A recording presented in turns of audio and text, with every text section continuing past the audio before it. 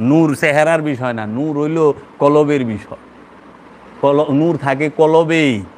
কলব যখন পবিত্র হয়, তার জবান পবিত্র, তার কথা পবিত্র, তার দৃষ্টি পবিত্র, তার শ্রবণ পবিত্র, তার নিঃশ্বাস পবিত্র, তার হাঁটা পবিত্র, চলা পবিত্র, তখন সে নূরময়।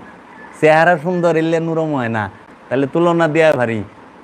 বলিউডের অনেক হিরো আছে, অনেক সুন্দর, তাই বলে না নূরে ভরপুর না। চেহারার সাথে নূরের সম্পর্ক না, চেহারার সাথে সৌন্দর্যের সম্পর্ক, রূপের সম্পর্ক, নূরের না। নূরের সম্পর্ক অন্তরের সাথে। হাফসি বেলাল নূরে ভরপুর, হাফসি বেলাল নূরে ভরপুর। আফ্রিকান নিগ্রো, মোটা মোটা ঠোঁট, কালো কুচকুচা, কিন্তু নূরে ভরপুর। আশিকে রাসূল সর্বপ্রথম জান্নাতে প্রবেশ করব মুহাম্মদ সাল্লাল্লাহু আলাইহি ওয়াসাল্লামেরও আগে, আল্লাহর হাবিব কয়ে দিছে। তাহলে যদি এই সাদা চামড়া নূর হয়, বড় বড় চোখ নূর হয়, সুন্দর চেহারা নূর হয়, তো হাফসি বেলাল পাইলেই বাদ রে না।